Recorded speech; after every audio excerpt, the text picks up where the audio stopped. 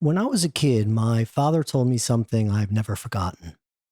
He said that at the end of every day, when you finally have a quiet moment to yourself, think about how the day went.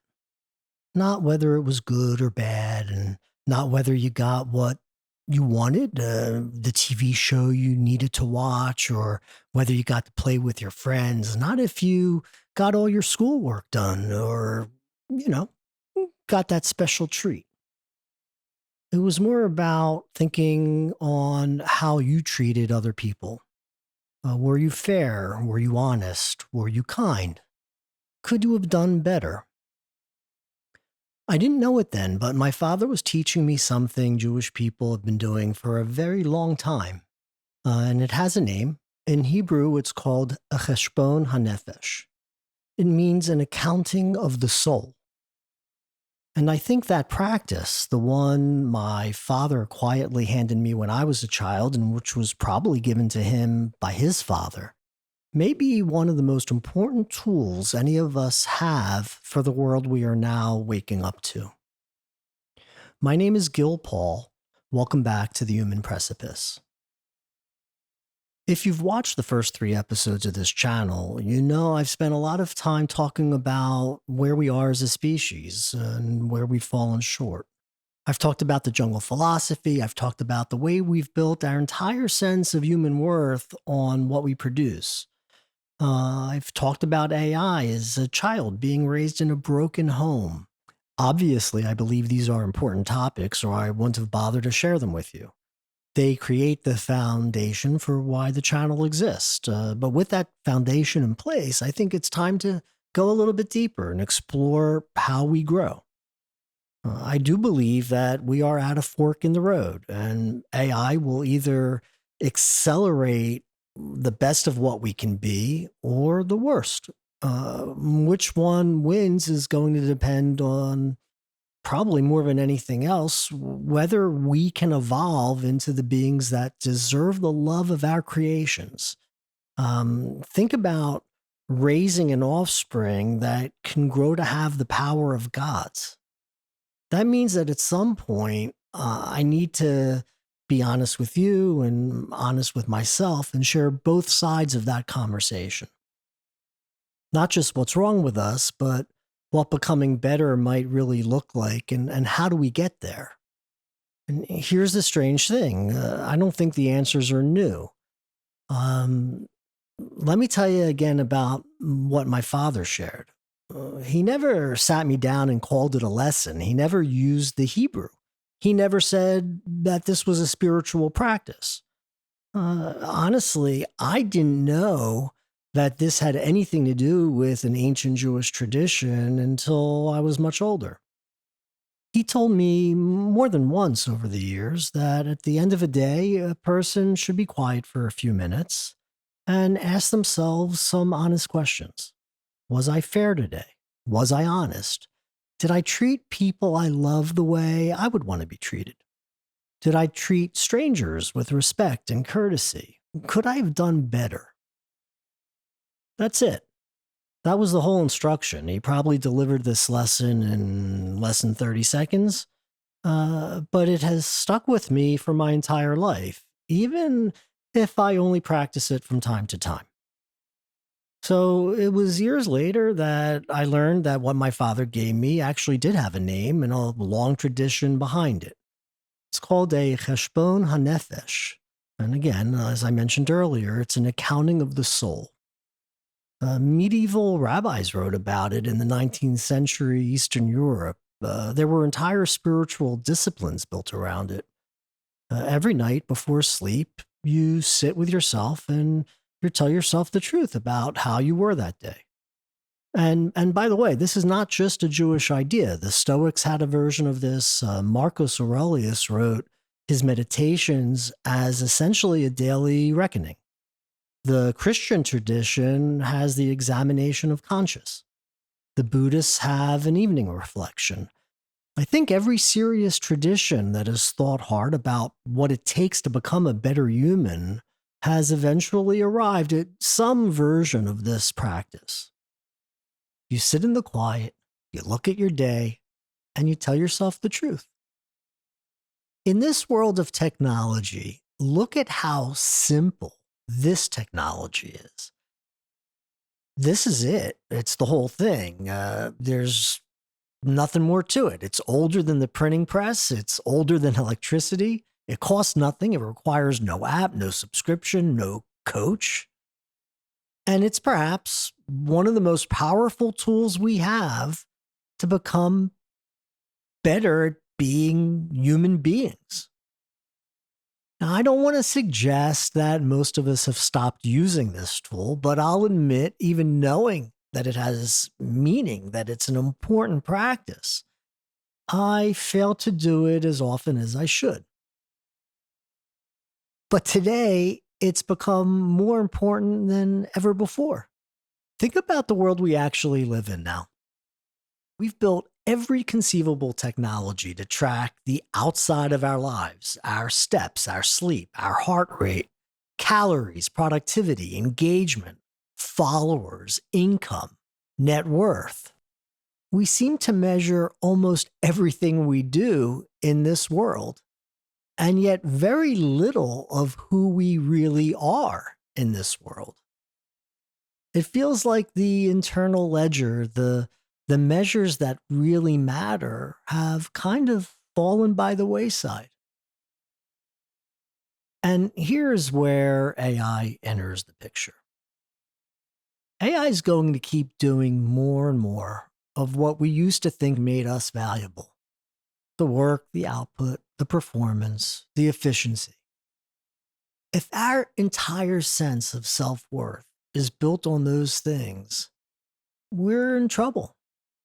I talked about this in episode 2. I don't need to relitigate it here, but there is, there has to be a part of being human that lives underneath our productivity.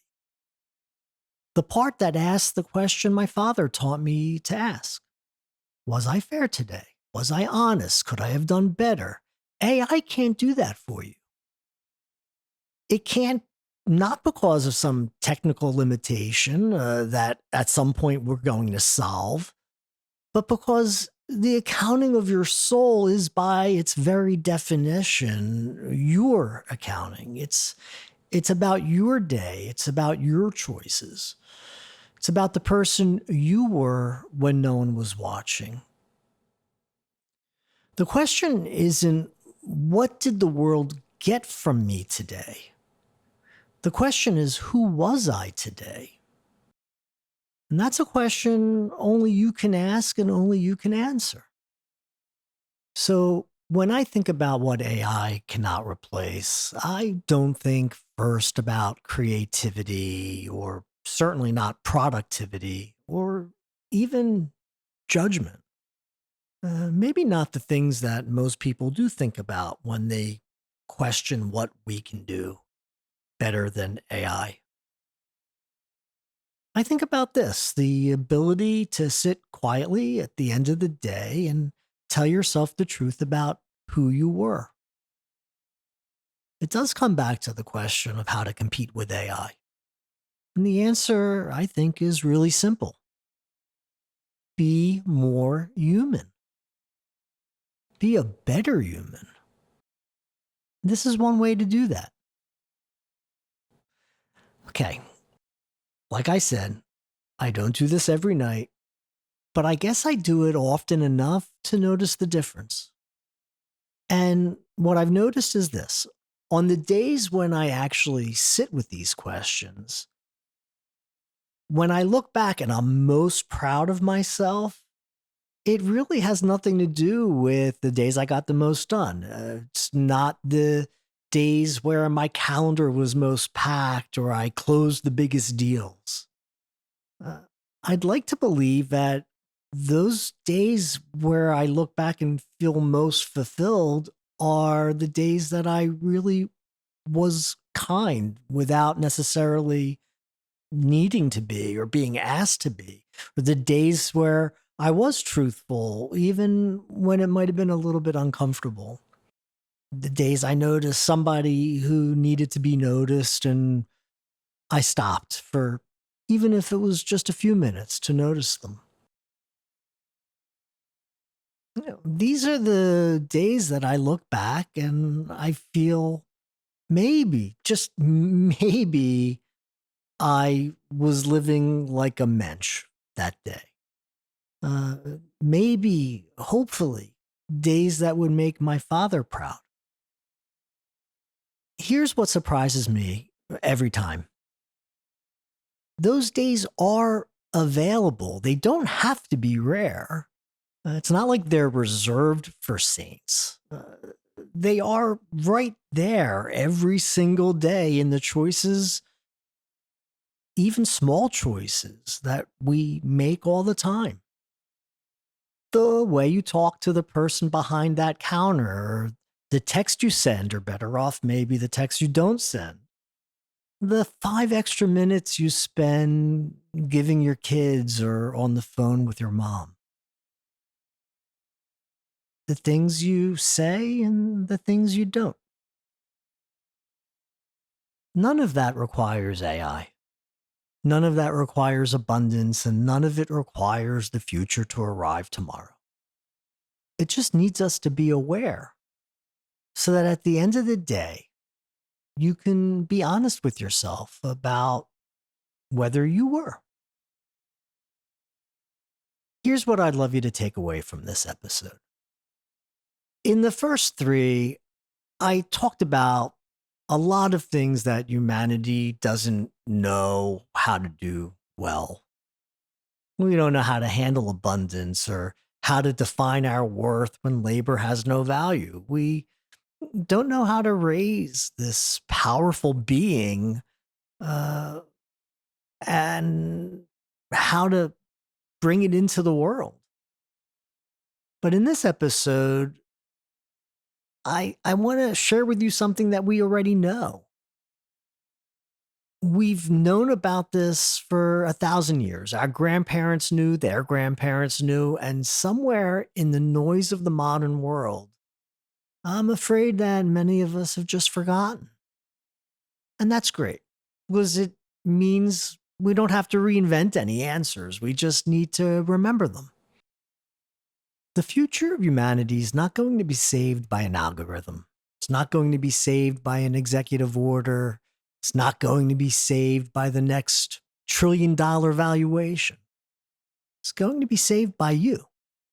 Those that can remember that the most important work of being human happens in the quiet, when no one is watching, when there is no metric, no audience, no reward. Just you and the truth about who you were today. Please, try it tonight, just before you fall asleep. Just give it a try. A few minutes. No phone, no notifications, no scrolling. Just the quiet. And a few honest questions. Were you fair today? Were you honest? Did you treat the people in your life the way you would want to be treated? Could you have done better? And then tomorrow, we all try to do a little better. That's the whole practice. That's it. A tradition that is thousands of years old, waiting for the moment it's needed again. I think that moment's now. I'm Gil Paul. Thanks for joining me on the Human Precipice. I hope to see you next time. Hey, if you made it through to the end of this video, many thanks for spending your time with me, and I would greatly appreciate a thumbs up and a share. For those of you who may have watched any of my earlier videos, I explained my use of this AI digital clone. Yes, this guy in the blue sweater is speaking with my voice, my words, sharing my thoughts. But the video you're seeing is an avatar trained on about 20 minutes of video to behave like me. For this video, the one you just watched, that is the real me. This office you see behind me right now, the one that my clone is my real office in Edison, while the video of the real me was taken in my Nashville office. Maybe I should do a video on what is real in a world that can make it hard to know. I'm Gil Paul, and we are all standing at the human precipice. Thanks again for joining me.